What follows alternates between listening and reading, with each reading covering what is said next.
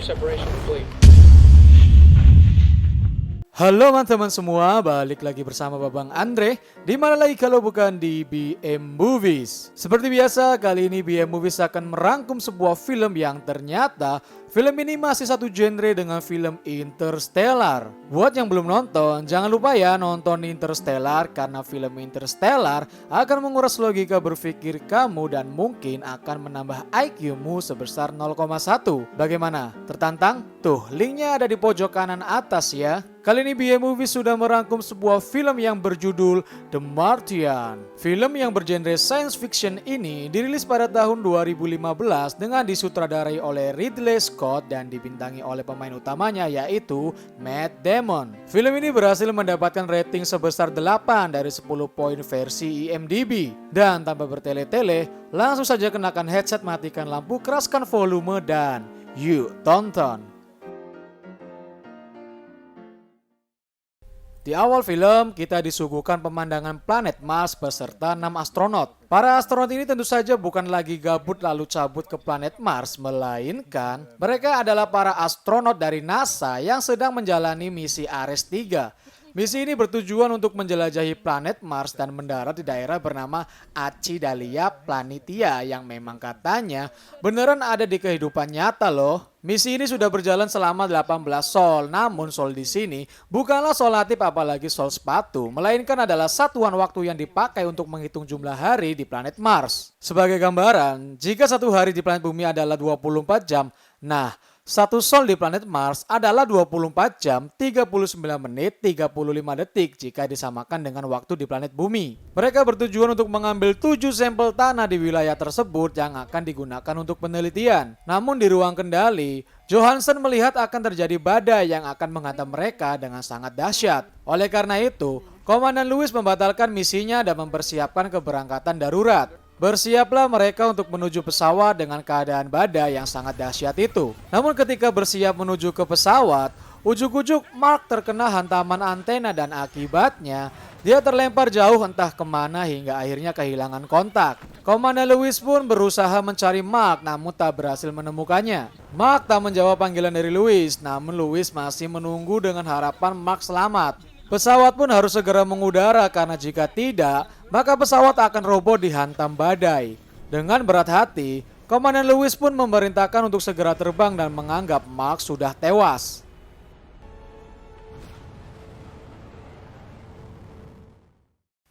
Kabar ini pun sampai ke markas NASA di planet Bumi dan kematian Mark pun diumumkan oleh Direktur NASA yaitu Sanders. Selanjutnya kita diperlihatkan keadaan Mars setelah terjadi badai, di mana kita juga dapat melihat tubuh Mark yang tergeletak. Namun ternyata Mark selamat dan masih hidup walaupun dengan kapasitas oksigen yang rendah serta luka di perutnya. Kemudian Mark segera masuk ke dalam hub untuk mengobati lukanya. Hub sendiri adalah markas untuk para astronot yang berada di planet Mars. Mark mengeluarkan serpihan besi yang menancap di perutnya dan menjahitnya sendiri.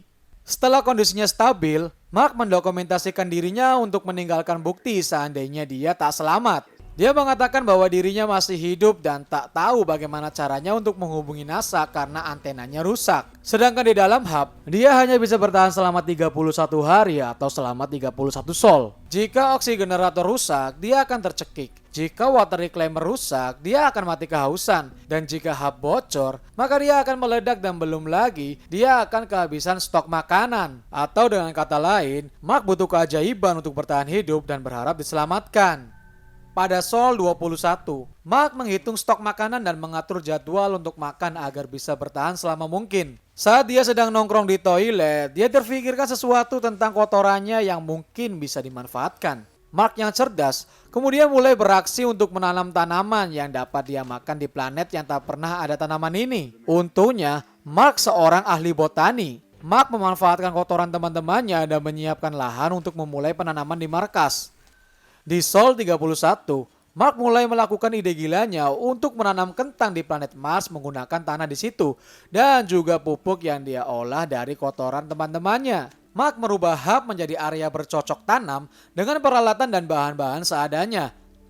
Berlanjut di Sol 36, Mark mendapat masalah baru yaitu air. Tak mungkin jika Mark menghabiskan air untuk menyiram tanamannya terus-menerus. Dengan air yang terbatas, Mark akan mati karena kehausan. Untungnya, Mark sangat jenius. Dia tahu cara untuk menciptakan air dengan menggabungkan hidrogen dan oksigen lalu membakarnya.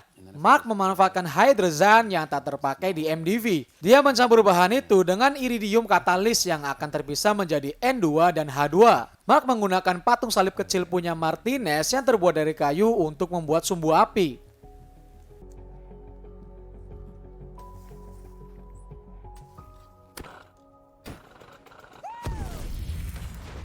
Namun pada percobaan pertamanya, iridiumnya meledak karena kelebihan oksigen. Lalu pada percobaan keduanya, Mark menurunkan kadar oksigen dan akhirnya dia berhasil menciptakan air di planet Mars. Wow!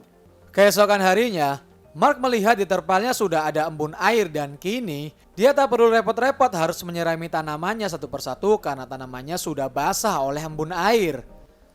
Pada Sol 54, Mark melihat tanaman kentangnya yang dia tanam kini mulai tumbuh.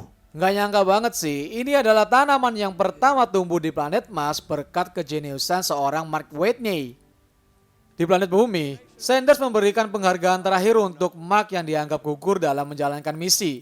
Di sisi lain, Vincent Kapoor yang merupakan direktur misi untuk planet Mars meminta kepada Sanders untuk membawa pulang jasad Mark pada misi Ares 5 atau Ares 6. Sedikit tambahan, dijelaskan dalam film ini bahwa Sanders adalah orang yang paling keberatan untuk menjalankan misi penjemputan jasad Mark karena itu akan memakan banyak biaya dan juga kemungkinan memakan korban dari astronot lainnya. Berlanjut di tempat misi kontrol NASA, Mindy melihat adanya perbedaan pada Sol 18 setelah badai dan Sol 54 di tempat Mark. Kemudian Mindy menghubungi Vincent dan Sanders. Mereka menduga bahwa Mark masih hidup, namun Sanders memintanya untuk merahasiakan itu pada tim Ares 3 atau kelompoknya Mark dengan alasan misi mereka tak boleh diganggu. Kemudian Sanders mengumumkan perihal Mark masih hidup di planet Mars pada media. Berlanjut Sol 70, Mark mulai berpikir jangka panjang. Dia tahu bahwa misi NASA selanjutnya adalah Ares 4 yang akan mendarat di salah satu kawah yang jauhnya 3.200 km dari tempat Mark sekarang. Dan dalam 4 tahun kemudian, ketika awak Ares berikutnya tiba, Mark harus sudah berada di sana. Namun problemnya adalah rover, yaitu kendaraan Mark saat berada di Mars hanya mampu menempuh jarak maksimal 35 km sebelum baterainya habis dan harus diisi ulang di hub. Itu problem A. Dan problem B adalah perjalanan ini akan membutuhkan waktu sekitar 50 hari. Jadi Mark harus bisa bertahan hidup selama 50 hari dalam perjalanan menggunakan rovernya. Akhirnya dia menemukan cara untuk mengatasi masalah rover. Caranya adalah menggabungkan baterai rover 1 dan rover 2 agar menjadi tahan lama. Namun dia menemukan problem baru yaitu jika dia menyalakan mesin penghangat ruangan, maka akan mengurangi setengah baterainya. Tetapi jika dia tak menggunakan pemanasnya, maka Mark akan mati karena kedinginan di malam hari. Kemudian Mark punya solusi untuk mesin pemanasnya. Dia menggunakan mesin sejenis termoelektrik yang bisa menghangatkan tubuh tanpa harus menggunakan baterai. Namun alat tersebut sangat berbahaya dan bisa meledak. Di planet Bumi, Vincent mengumumkan bahwa Mark masih hidup dan sering beraktivitas melakukan perjalanan jauh menggunakan rover meninggalkan hub. Lalu Sanders meminta kepada Bruce, salah satu direktur di bidang laboratorium jet untuk mengirim makanan ke Mark dalam waktu 3 bulan saja. Sol 79. Mark melihat tanaman kentangnya yang siap panen dan kini Mark mempunyai 300 tanaman kentang yang sehat dan dapat dikonsumsi. Mark juga teringat dengan misi Ares 3 di planet Mars dan dia akan menuju ke tempat itu. Mindy dan Vincent terus memperhatikan gerakan Mark yang selalu menuju tempat yang sama dalam beberapa sol. Dan akhirnya Vincent sadar dan tahu kemana Mark akan pergi. Vincent yang mengetahui tujuan Mark langsung meluncur ke tempat lab jet yang dimana terdapat Pathfinder agar bisa melakukan komunikasi. Pada Sol 94, setelah menempuh perjalanan, akhirnya Mark menemukan apa yang dia cari yaitu Pathfinder. Sebuah alat yang digunakan untuk menangkap gambar dari Mars yang terkoneksi langsung ke bumi agar dapat mengirimkan pesan. Mark kemudian mengaktifkan alat itu lalu mengirimkan sinyal ke bumi. Ternyata sinyal itu sampai di planet Bumi dan ini menjadi sebuah harapan bagi Mark dan juga tim NASA. Permasalahannya, satu kali mengirim sinyal memerlukan waktu selama 32 menit, artinya itu tidak efisien. Kemudian Mark berpikir untuk berkomunikasi menggunakan kode heksadesimal yang akan diterjemahkan. Heksadesimal tersendiri yaitu sebuah sistem bilangan yang menggunakan 16 simbol dengan urutan angka 0 sampai 9 dan huruf A sampai F. Akhirnya ide itu berhasil. Lalu Mark diperintahkan untuk meretas sistem pada rovernya agar dapat menerima pesan yang lebih rumit dan cepat. Dia mengetahui bahwa dirinya dalam misi penyelamatan dengan mengirim persediaan makanan sampai misi Ares 4 tiba. Mark juga mengetahui bahwa tim Ares 3 tak mengetahui bahwa dirinya masih hidup. Mark sangat kecewa karena artinya timnya meninggalkan dia dan tak akan kembali ke planet Mars. Teman-teman Mark yang sedang dalam perjalanan misi lain pun kaget mendengar kabar Mark yang masih hidup. Kemudian Lewis pun merasa bersalah karena meninggalkan Mark sendirian di planet Mars. Di Sol 134 terjadi malfungsi pada hub dan akhirnya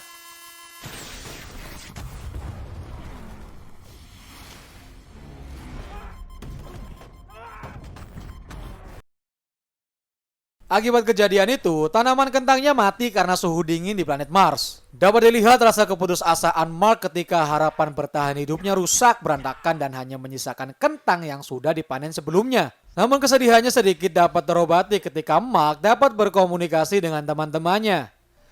Keesokan harinya Mark membereskan markasnya. Ia menutupi pintu dengan memasang terpal agar udara Mars tak masuk. Dan ternyata hal itu berhasil, setidaknya sampai saat itu.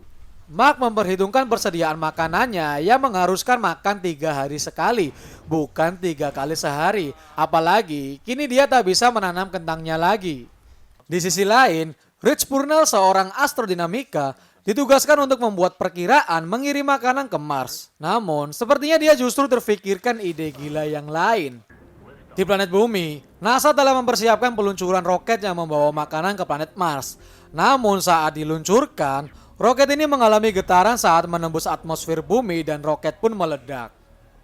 Scene selanjutnya di Sol 186. Mark terlihat sangat putus asa dengan keadaannya untuk bertahan hidup karena dia berpikir pasti akan mati kelaparan. Next, di pangkalan China National Space Administration, mereka menawarkan NASA untuk membantu penyelamatan Mark dengan menggunakan produknya yang sudah teruji dan terjamin kualitasnya. Dan NASA pun menyetujui bantuan dari CNSA tersebut.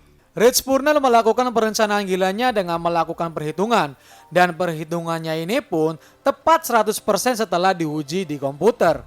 Kemudian Rich pergi ke markas NASA untuk memberitahu rencananya. Rencana Rich memang terlihat simpel, namun memang rencana ini sedikit ekstrim.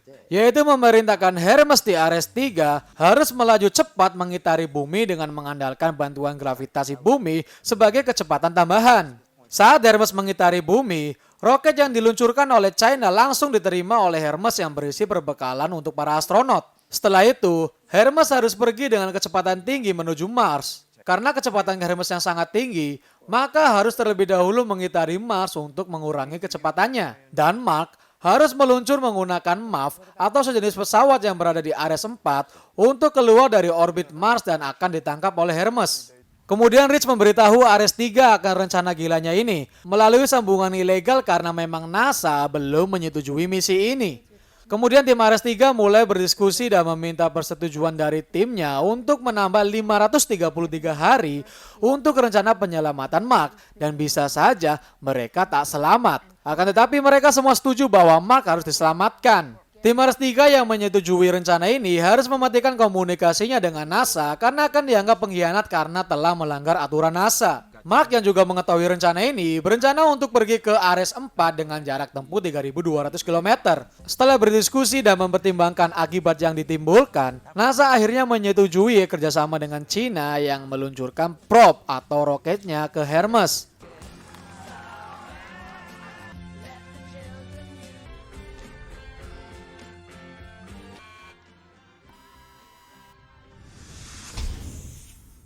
Singkat cerita 7 bulan kemudian, Scene memperlihatkan keadaan Mark yang benar-benar sangat memprihatinkan. Di mana kini tubuhnya sangat kurus karena hanya makan 3 hari sekali.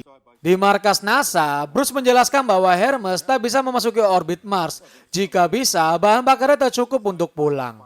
MAF ini dirancang untuk orbit Mars yang lebih rendah. Pada saat Mark keluar dari gravitasi Mars dan mencegat Hermes, maka harus dengan pergerakan yang sangat cepat yang berarti MAF harus dibuat ringan. Caranya yaitu dengan melepas kursi penumpang, jendela, atap, dan komponen yang berat lainnya pada MAF. Kemudian bagian yang dilepas harus ditutup menggunakan terpal agar MAF dapat meluncur. Marv ini nantinya akan dikendalikan oleh Martinez di Hermes.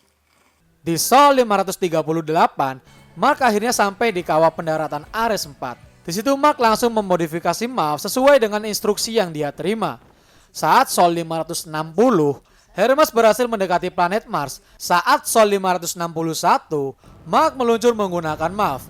Namun saat meluncur, terpal penutupnya terlepas dan membuat Marv semakin ringan. Di sini Mark pingsan karena tekanan gravitasinya yang sangat kuat. Dan kini jarak Marv pun masih terlalu jauh dari Hermes. Kemudian Martinez diperintahkan untuk mendekati Mars di luar perhitungan yang akan mengakibatkan Marv melesat dengan kencang.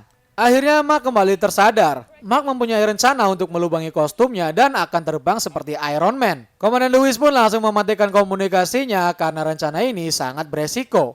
Komandan Lewis akhirnya memutuskan untuk meledakkan bagian belakang pesawat sebagai akselerasi tambahan untuk mendekati Mark.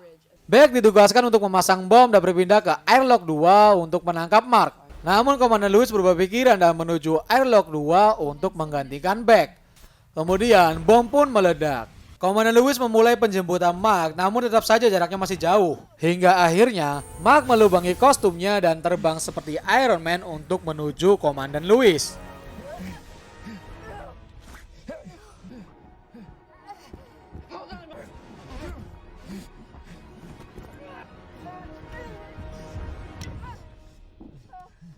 Setelah terbang-terbangan di luar angkasa, Komandan Lewis berhasil menangkap Mark dan tim Ares 3 dinyatakan utuh kembali dan segera pulang menuju planet bumi.